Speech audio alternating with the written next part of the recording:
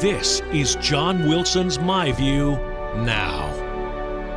All right, once more, My View Now with John Wilson. Thank you once again. Thanks for having me. I was in the neighborhood, thought I would drop in. Let's talk about the Feel the Burn movement. Where is this ultimately going? He's not the presumptive nominee. He can't win unless things happen to Hillary Clinton that nobody can foresee at the moment. He's still in this for him to win. He thinks he's going to be there in case she's indicted, in case the public turns against her totally, and her unfavorability rating is higher than Donald Trump's. And you have hundreds of superdelegates who could conceivably change their minds, and that delegate math would change very quickly in such a scenario, could it not? Boy, it could all change. I guess the caution here is that, remember, we're 6 months out from this general election. What we're seeing now in the primaries is a different set of voters.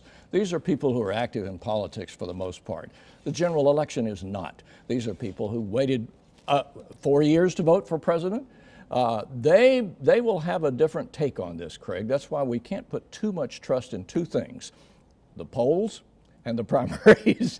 You really can't. It's all going to change. The triumph in the Republican Party of a billionaire industrialist and a socialist making a lot of hay in the Democratic race. What does that tell us about 2016?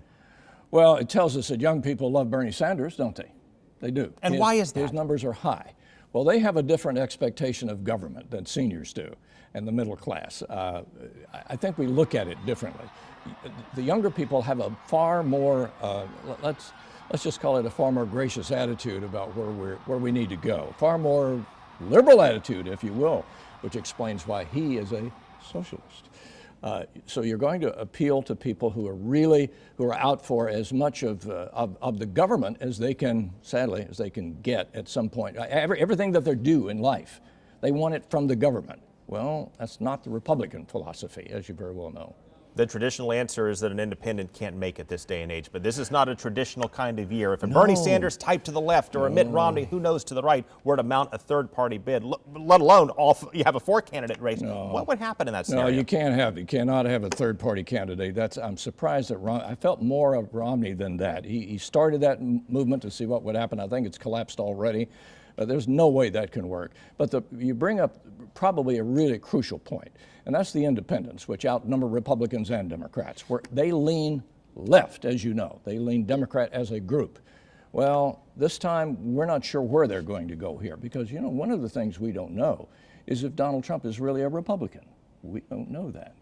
He's very much like Reagan in that respect. He was a Democrat who became a Republican. We don't know. There's a lot for us to find out about him. John, thank you once again. Craig, it's a yes, pleasure. sir. Thank you.